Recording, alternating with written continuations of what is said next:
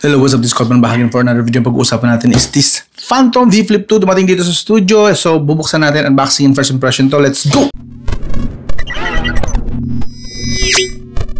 So, ito po mga kasama niya sa box. Yun! So, good thing meron ng kasama case actually. Ito po ang itsura niya. Saan natin? You know? And the good part is yung kanyang cover screen is actually malaki na hindi kagaya dun sa ibang mga naunang mga versions ng ibang brand. Dito lang kaliit. This one, buo na actually. Pwede pala natin baguhin yung themes nito. No? I wonder kung paano. So, I did a little na konting customization. So, pwede siyang i-customize pala itong harap. And as you can see, full screen na halos itong nasa kanyang cover display. No? And I believe this is 3.6 inch ang pinaka-size niya. So, na-unlock din siya through fingerprint and swipe lang ng konti and then makikita mo na yung mga apps na nilagay mo rito.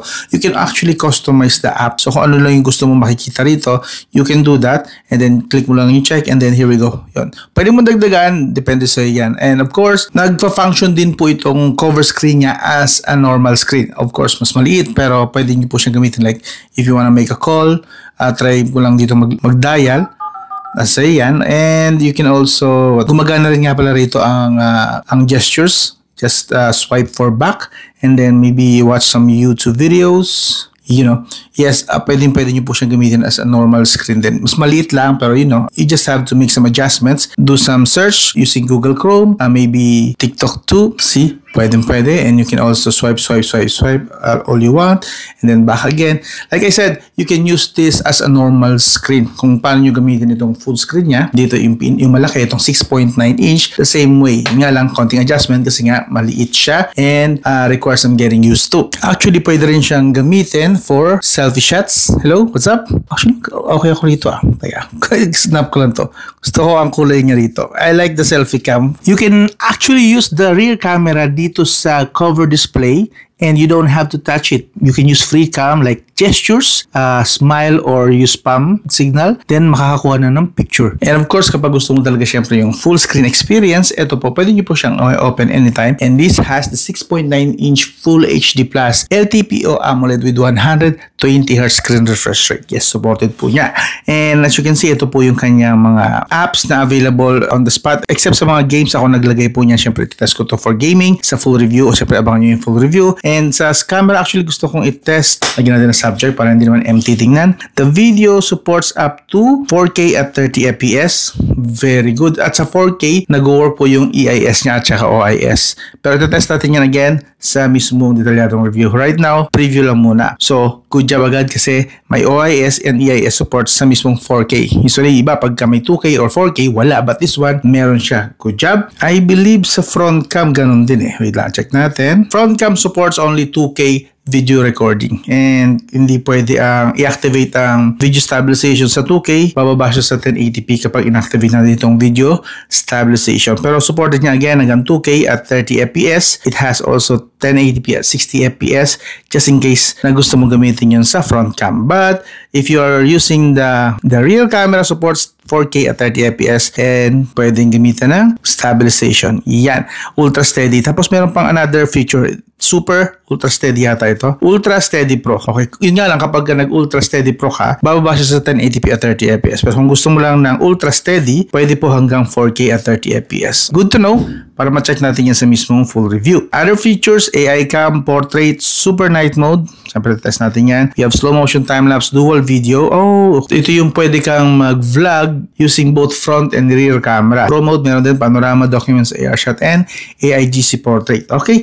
So, pwede po natin i-customize yung pagkakasunod-sunod po nung camera features. So, nilagay ko doon dual video just in case na gusto ko mag-vlog gamit ito. Okay? As for the camera, bago natin tapos itong video na to, bigyan ko na lang muna kayo ng konting sample. Again, ito ay impression pa lang, hindi pa po ito yung totoong full review. So, may mga updates pa tayo natatanggap. Siguro bigyan nyo lang ako ng 1 to 2 weeks para matapos natin to and ma-observe natin kung ano yung pinaka-verdict na may bibigay natin sa kanya na appropriate. Okay? So, pagdating sa picture, ito po ang kuha niya. Actually, ang ganda ng detalye. So, as you can see, medyo pansin lang natin dito, may konting processing lang dito na nangyari. But, overall, kung hindi mo i-zoom in, kuha lang sa normal na shots, actually, ang ganda ng kuha niya. Ang ganda ng detalye, no? Look at that. Yung pinaka-hibla ng mga tela. Okay na okay. And then, we have here, tinrest ko siya actually yung kanyang blur effect, yung kanyang bokeh effect. Okay na okay siya actually. Tama dito yung kuha niya. Nakukuha natin yung detail, yung guhit-guhit ng pangalan ko. And then, habang lumalayo, is natural yung pagka-blur niya. Unti-unti palabo ng palabo, which is I like that. At least hindi artificial yung dating nung kanyang blur. And of course, sa ibang mga shots kuha natin, natural din po yung kanyang kulay. Actually, I like it na ganito yung kuha niya. Hindi over-processed and hindi rin highly saturated. Sakto lang. May minimal saturation pero I think it improved the quality at saka kulay nung subject niya. And then here too, actually ang ganda rin. And kita nyo naman, medyo slightly challenging yung kuha pero nakuha niya na talagang i-blur ng tama yung background. And pagdating sa mismong foreground, yung pinaka subject is kuha niya yung detail. Even yung guhit at imperfection sa mukha ng figurine nito ni Goku, ang ganda. So solid siya pagdating sa mga kuha na to. And of course, mga iba-ibang mga subjects, kinuha na natin. I like it. Natural na natural. And sa selfie, ito po yung sa 32 megapixel naman yan na front. And may konti lang nakikita ko na slight na beautification effect. As you can see, medyo kumini sa mukha ko rito, which syempre in person, hindi po ako ganyan kakinis. But overall, tama yung kulay ko. Yun lang, medyo napansin ko lang na medyo pinakinis na ako ng konti. Maybe, i-turn off ko na lang yung beautification if meron man na manual dito. Again, that's for the detalyadong review na. Ito naman yung kuha sa cover, yung kapag titiklop natin yung phone, ito yung kuha niya. Basically, this is using the rear camera kapag gamit natin itong cover displays. So kung tatanungin, use the cover display kung magsa-selfie kayo para ang nagagamit is hindi itong 32 megapixel, itong rear camera. Pero still, i-observe ko pa rin yan sa full review. Alright?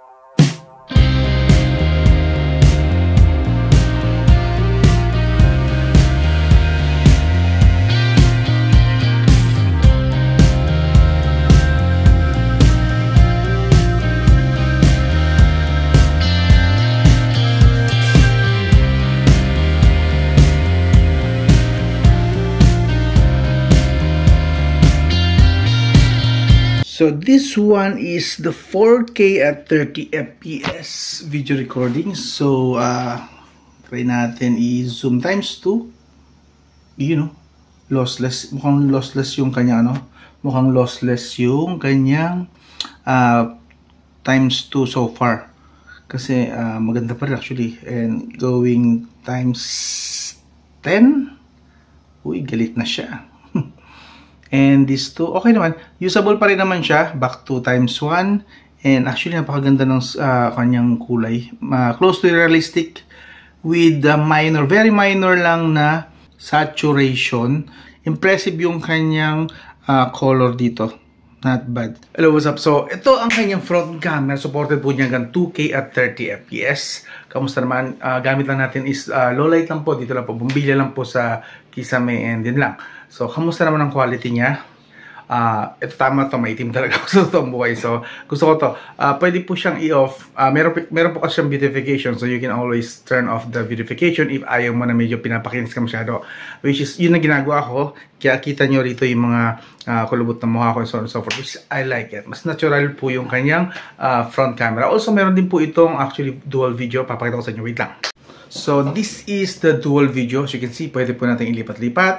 Just in case, best gamitin ito actually sa mga like nag-outing kayo, nagta-travel vlog kayo. Gusto nyo, nandito yung mukha nyo, nagsasalita kayo, and pinapakita nyo naman dito sa harap yung mga gusto nyo i-feature ng mga lugar, magandang sceneries. So, okay po to. Or anything, any documentary vlog, pwede actually using this dual video sa camera feature po niya. Kamusta naman yung camera? By the way, kapag naglipat ka ng dual vlog, lumilipat po siya sa 1080p at 30 fps. Pero okay, at least meron ganitong feature. Kamusta po yung microphone quality? So, ayun, kalagitnaan ng testing natin. Kalagitnaan ng testing natin is dumating itong system update. And may kalakihan siya actually. Ang daming, mostly AI, and some camera fix and tweaks. Bug fixing din, meron din sila. And actually, ang laki, 1.27 GB na update. So, tatanggapin ko muna to, then continue ko itong ginagawa ko, okay? And another update ulit. This time naman, 476 MB ba? Ang sipag ni Tecno rito, Good job. Daming update, Tapusin ko na ulit ito. So, yun. Try natin dito sa Farlight muna. So, sinet natin siya sa balance, pero ang FPS sinagad natin sa extreme. So, let's see. As you can see, 120 FPS tayo. So, let's see kung kaya niya, kung ano yung pinakakaya niyang normal na FPS during gameplay, okay? So, try natin yan.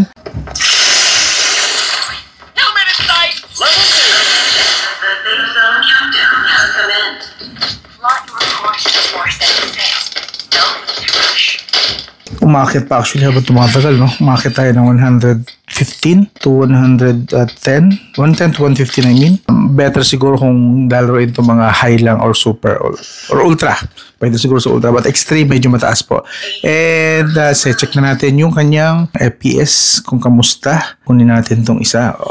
Meron tayong mga fluctuations. So nag-average tayo no around 71 FPS and kita natin from 120 FPS. Unti-unti tayo bumaba rito. Siguro para ma-manage niya yung init kasi umiinit na kaya binaba niya, nagkaroon ng throttling. Kaya niya yung 120 FPS pero hindi niya kayang i-hold or i-maintain yung 120 FPS na yun. So okay na yun. Kita natin. Again, this is just the performance out of the box. Siyempre iba pa rin yung performance niya sa mismong full review. And then try naman natin ngayon ang kanyang Antutu score. Okay? So as for the Antutu score, meron tayong 751,273. So ito po yung nakuha natin. And mostly ang malaking score lang dito is yung pinaka-chipset which is naglalaro sa 200,000. Good na po yan. Bali ko tutusin nasa mid-range lang siya na category pagdating sa performance. Okay? As for now, bibigyan ko siya ng 1 to 10 ng 8 out of 10 na score which is very good na po yun actually para sa kanya. And compare sa mga ibang flip phones na umaabot ng 70 to 100,000 pesos, this one nasa around 30,000 pesos lang. And basically, ito po yung